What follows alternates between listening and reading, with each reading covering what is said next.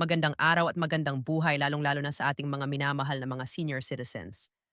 Sa araw po na ito, napakaraming reklamo akong natanggap. Galing po sa aking vlog na kung saan sila ay nagsasabi, "Sir, ako po ay natanggalan po ng pensyon. Bakit po ako tinanggalan? Ano ba yung mga dapat kong gawin? Ano yung dapat ng mga impormasyon na dapat kong malaman sa ganitong sitwasyon?" Atin yangang resolbahin at sagutin ngayong araw. By the way, ako po pala si Relmeno Sotano at sa araw po na ito atin pong siyang bigyang pansin ang inyong konsyerto. Atensyon sa lahat ng mga senior citizens. Libo-libong seniors tanggal sa listahan ng pensioners. Ano ang mga dahilan sa pagkatanggal? Ito ang dapat gawin para hindi ka matanggal sa listahan ng mga kukuha ng pensyon. Inaanyayahan kita na tapusin mo ang video na ito hanggang sa dulo ng sa gayon, makuha mo ang punto ng video kong ito. At kung ikaw ay bago pa lang sa aking YouTube channel at gusto mo ang ganitong content na pinag-uusapan, ang payout ng ating mga senior citizens, mga balita patungkol sa ating mga senior citizens, at iba pang mga bagay na related po sa ating mga senior citizens, ay subscribe muna ang aking YouTube channel. Dahil araw-araw po ako nagbabalita ng mga importante at imporatibo na mga contents para naman po sa inyo dahil gusto ko pong masagutan, mabigyan, at ma-inform. Form kayo about sa mga may bagay. I-subscribe mo na at para maging updated ka sa mga videos na i-upload ko pa dito sa aking YouTube channel ay i-bell notification mo na. At sa punto ito, hindi ko na pagdalawang isip pa babasahin ko ang lahat ng mga balita na dapat ninyo pong malaman patungkol po dito. Breaking news, 1,000 na mga senior citizen tanggal sa social pension list. Ano ba ang mga nangyari? Bakit sila tinanggalan ng social pension? At sa lugar ba ang pinakamaraming tinanggalan ng social pension? Iloilo ang may pinakamaraming lugar na tinanggalan ng social pension. At sa lahat-lahat, umabot ng 5 ng mga bepisaryo ng social pension ang tinanggal sa Western Visayas. Batayan sa Department of Social Welfare and Development. Development. Sa lahat ng mga taga-ilo dyan, baka nagtaka kayo na hindi na kayo nakatanggap ng mga benepisyaryo sa social pension. Baka isa kayo sa mga natanggal na. Pero ano ba dapat ang kailangan para maging isang miyembro? Or maging parte sa social pension. Ngayon, pag-uusapan natin ano nga ba ang mga kwalifikasyon ng senior citizen para sa social pension. Ang ibig sabihin ng social pension ay ito ay benepisyo na makukuha ng mga senior citizen. Ilang taon ba pwedeng maka-avail or pwedeng masali ang isang senior citizen sa benepisyong ito kung ang isang tao ay may edad na anong taon at pataas. Kasi yan naman po yung timeline na tinatawag na tayong senior citizen. Pero ito yung mga qualifications talaga na dapat nating ilagay sa ating isipan. Unang-una, ito ay para sa mga sakitin at saka mayroong disability. Pangalawa, walang pensyon na natatanggap sa gobyerno or kung sa anumang mga private institution. Kung ikaw ngayon ay nakatanggap sa SSSGSIS. So hindi ka po belong sa benepisyong ito dahil po nakalagay po doon na para ay lamang po sa mga walang tinatanggap na benepisyo buwan-buwan. Pangatlo ay walang permanent na income. Ibig sabihin walang trabaho, walang panghanap buhay. So ganun. Ngayon alamin natin, bakit marami ang natanggal sa social pension? Ano po ba yung mga rason? Batay sa pag-validate ng DSWD, nakita nila na may 1,037 tumatanggap ng pensyon galing sa SSS and GSIS. 830 ay tumatanggap pa ng honorarium or sahod. 330 isang tumatanggap ng regular na support sa kanilang pamilya at yung iba ay namatay na. Yung iba naman ay nag-iba ng location na kanilang pinagtitirahan at ito po ay very red flag dahil po ang qualification na ating pinag-uusapan kanina. Unang-una, kinakailangan wala pong tinatanggap na kung ano na pension sa iba't ibang institusyon. So ito yung 1,327 automatic po, natanggal na po yun sila. Dahil ang nasa qualification, walang-wala po yung mga tao, dapat na walang tinatanggap na mga pensyon. Baka kasi ang nangyari or ang mangyayari nito, dalawa na yung tinatanggap nila. Nakatanggap pa sila sa GSS or SSS tapos meron silang social pension. Yung iba naman nag-aantay dahil yung first slot kasi o ng social pension. So mabuti naman at nag-validate si DSWD dahil marami pa ang nasa waiting list na papasok at tatanggap ng mga pension. At yung ano naman, pangalawa is walang income. Pero itong mga nakakuha ng support galing sa kanilang pamilya ay hindi po pwede na maging kasali sa social pension.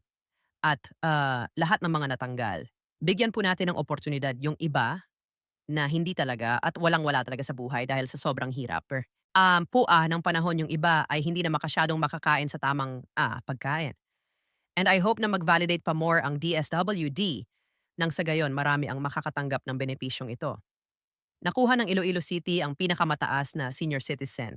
Natanggal sa social pension na umabot ng 5,324. Kasunod niya ng Negros Occidental na natanggalan din ng 32,82.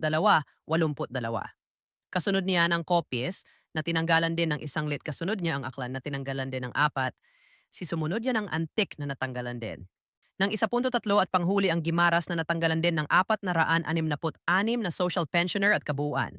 Umabot ng 1,468,000 mga social pensioner ang natanggal. Sa mga tingnan natin ang mga comment ng ating mga minamahal na senior citizens. Sabi dito, 6 na taong gulang na po ako ngayong October 27.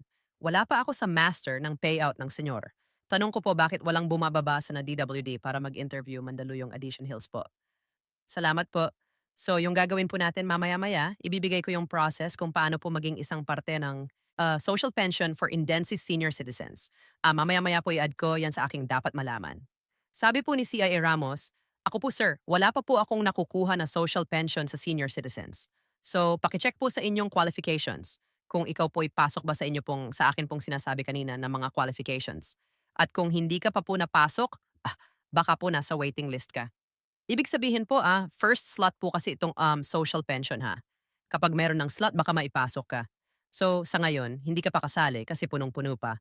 Pangalawang concern dito rin sa amin. Walang nag-support, walang income. Inaalis ang asawa ko na dals niya kulang pambili pa ng gamot. Pwede ba nahirapan tapos nais pa? Bakit yung ibang SS hindi naman inalis?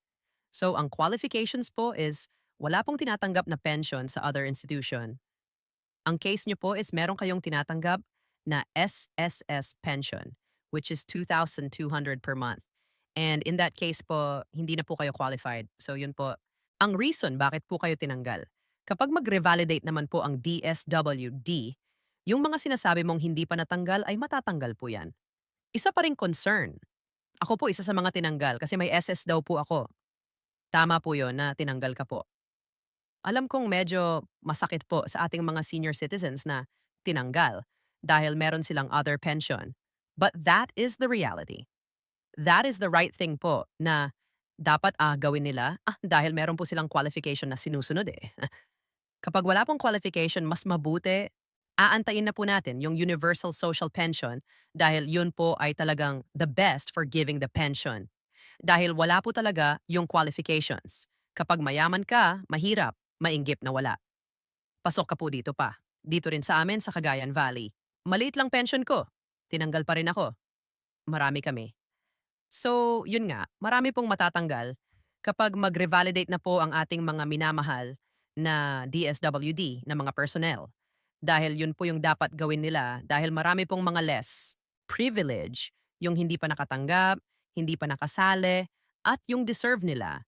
So, alam kong masakit po sa inyo dahil konti lang po yung tinatanggap dahil sa mahalang pamilihan ngayon. But the reality and the qualifications po is speak to itself. Senior citizen dyan na hindi pa alam kung paano ba mag-apply sa social pension, ito po ang panoorin ninyo. Tayo po ay mag-DSWD. Alam ko meron na kayong idea kung ano po ang DSWD at kung saan po ang pinakamalapit na DSWD office sa inyo. Doon po tayo pupunta. So unang-una po ang gagawin natin is mag-filled out tayo ng form na magpa-register tayo doon.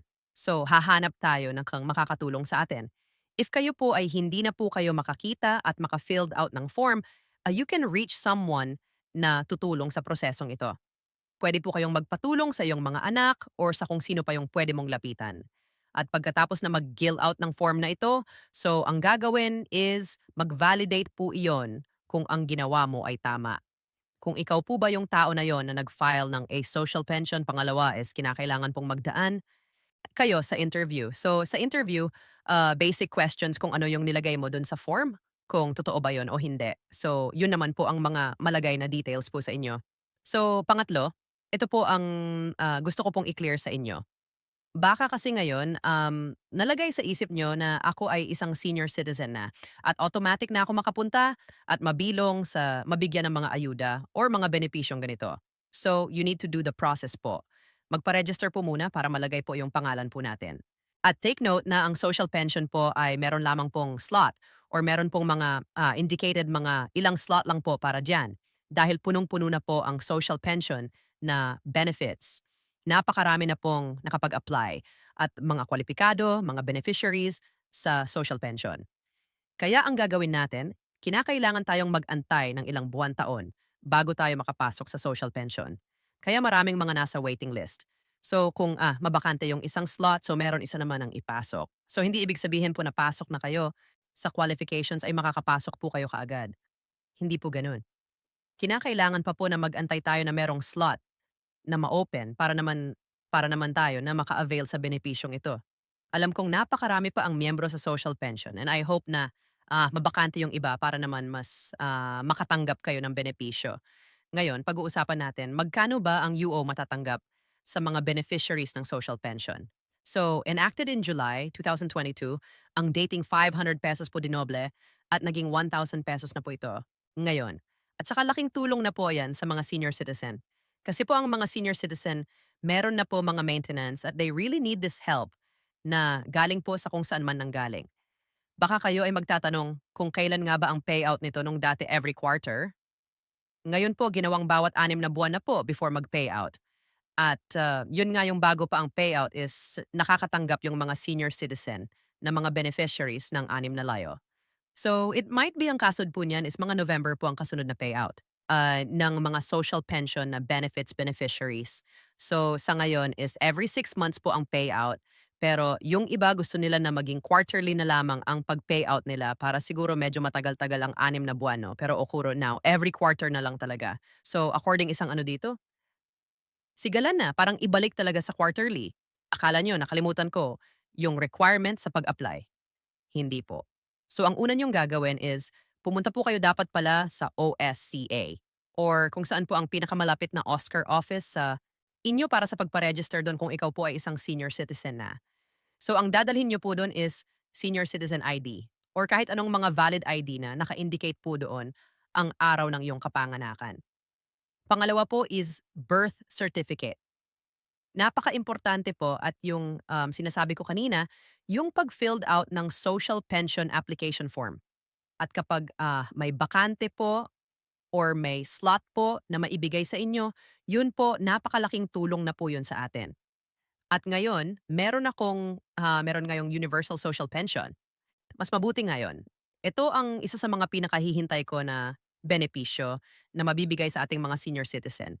Dahil ang universal social pension ang mangyayari po. Kasi kahit anong estado mo sa buhay, mayaman ka man mahirap, kung anumang indigence mo, kung anumang trabaho mo, lahat po as long as kapag ikaw ay isang senior citizen, pasok ka po dito sa Universal Social Pension. Pero as of kailan po ito? At yun po ang detalye sa atin pong sinasabing mga pensioners na natanggalan ng pension. Alam kong masakit, alam kong gusto niyong makakuha ng pera para sa inyong pamilya. Pero mayon tayong tinatawag na pamaraan or law kung saan dapat nating sundin, dapat nating tingnan na meron ding rason kung bakit kayo po tinanggal. Hindi naman po ako masaya na tinanggal po kayo. Pero mas kawawa po yung kung mga senior citizens na wala po tinatanggap na pension dahil yung iba, less privilege makita ko sa ibang mga videos. So, yun po ang reality. Kung nakatanggap man po kayo sa SSS at hindi na po kayo nakatanggap sa social pension, yun po, social, natanggal na po kayo kasi nakabase po tayo sa qualifications eh. At alam kong medyo masakit dahil libu-libong mga senior citizens talaga ang natanggal. And I am praying for the inquiries sa lahat po ng mga pension sa ating bansa na sa gayon po ay hindi masyadong mahirapan or mas pababain pa yung mga pamilihinang sa gayon ay hindi pa mahirapan ang ating mga tao dito sa sambayan ng Pilipinas. And I hope na mas klaro po sa atin ngayon yung dapat po nating gawin para hindi po tayo matanggal. Maging honest lang po tayo sa pag interview lalo na sa social pension. Dahil sa social pension, ini-interview ko kasi para malaman pong kung qualified. Pero kung dishonest ka sa iyong mga sagot, sa anong tawag dito sa interview, ang mangyayari po is musika. Ang mangyayari po is pagdating sa panahon mag-revalidation, kayo rin po ang AE sa inyong ginagawa. And this is it po. Yun lang aking masasusad po ako sa mga natanggal. Pero I know that there's a law.